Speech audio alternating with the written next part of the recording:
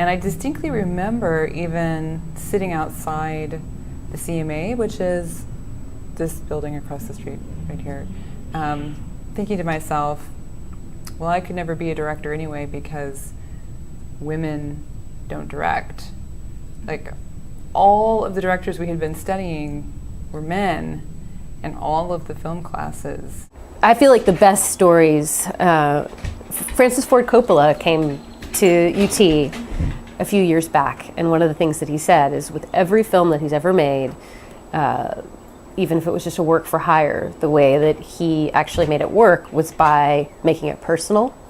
And so if everything that if in order to make a good work, maybe you could say it has to be personal in some way, then there's a big difference between the perspective of a man and a woman.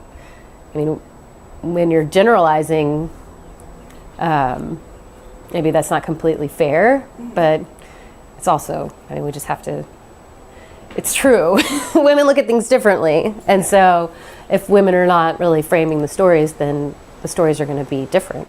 I thought something weird is going on here between my experience as an undergraduate, just not getting exposed to women filmmakers, and then actually then working in film and noticing there just weren't even women to hire. There was something weird happening in the culture where women were not thinking of themselves as filmmakers and then just weren't getting the technical skills to actually make film. And really the best thing about a great writer is their capacity to observe.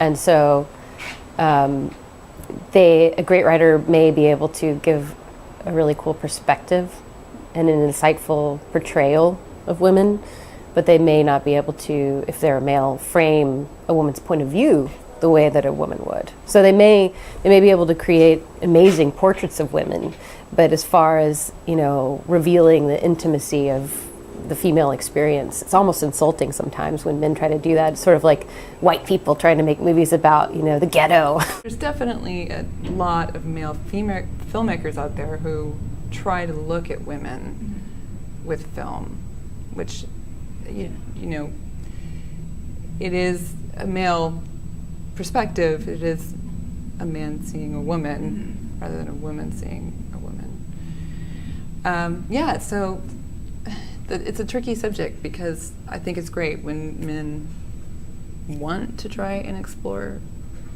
female identities in film. I think that's wonderful. But it can end up being misogynistic sometimes. Less than 4% of the films that you can go see in a movie theater, this is like what you as an individual consumer can go out on a Friday night and go see. Less than 4% of those films are directed by women. So it's just this like teeny tiny minuscule minority of the films that are getting pumped out into cinemas and televisions are being directed by women. And then even this past year, who was it, Kate Blanchett, said, you know, I want the investors to know that you can have a female protagonist and still make money, you know. And so these are ideas that are just, people are just starting to explore, and thank goodness, about time.